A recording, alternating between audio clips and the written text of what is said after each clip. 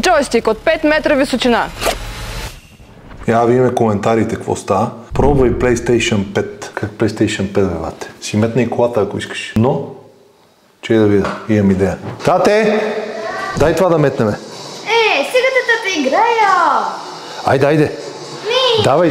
Дай. Не съм! Дай, тук хората искат да метнеме PlayStation. Значи, господин BMW, ако щупиме на детето PlayStation-а, дължиш нов. С едно движение опаковахме джойстик от PlayStation 5. Айде, тате, дръж!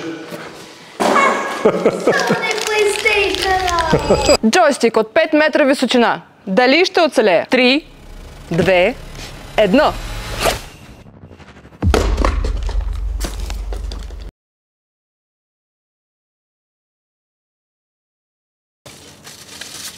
Чакай.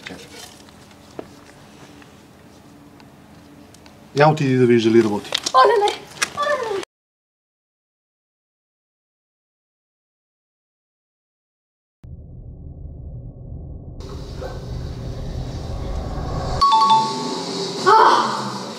Майко мя!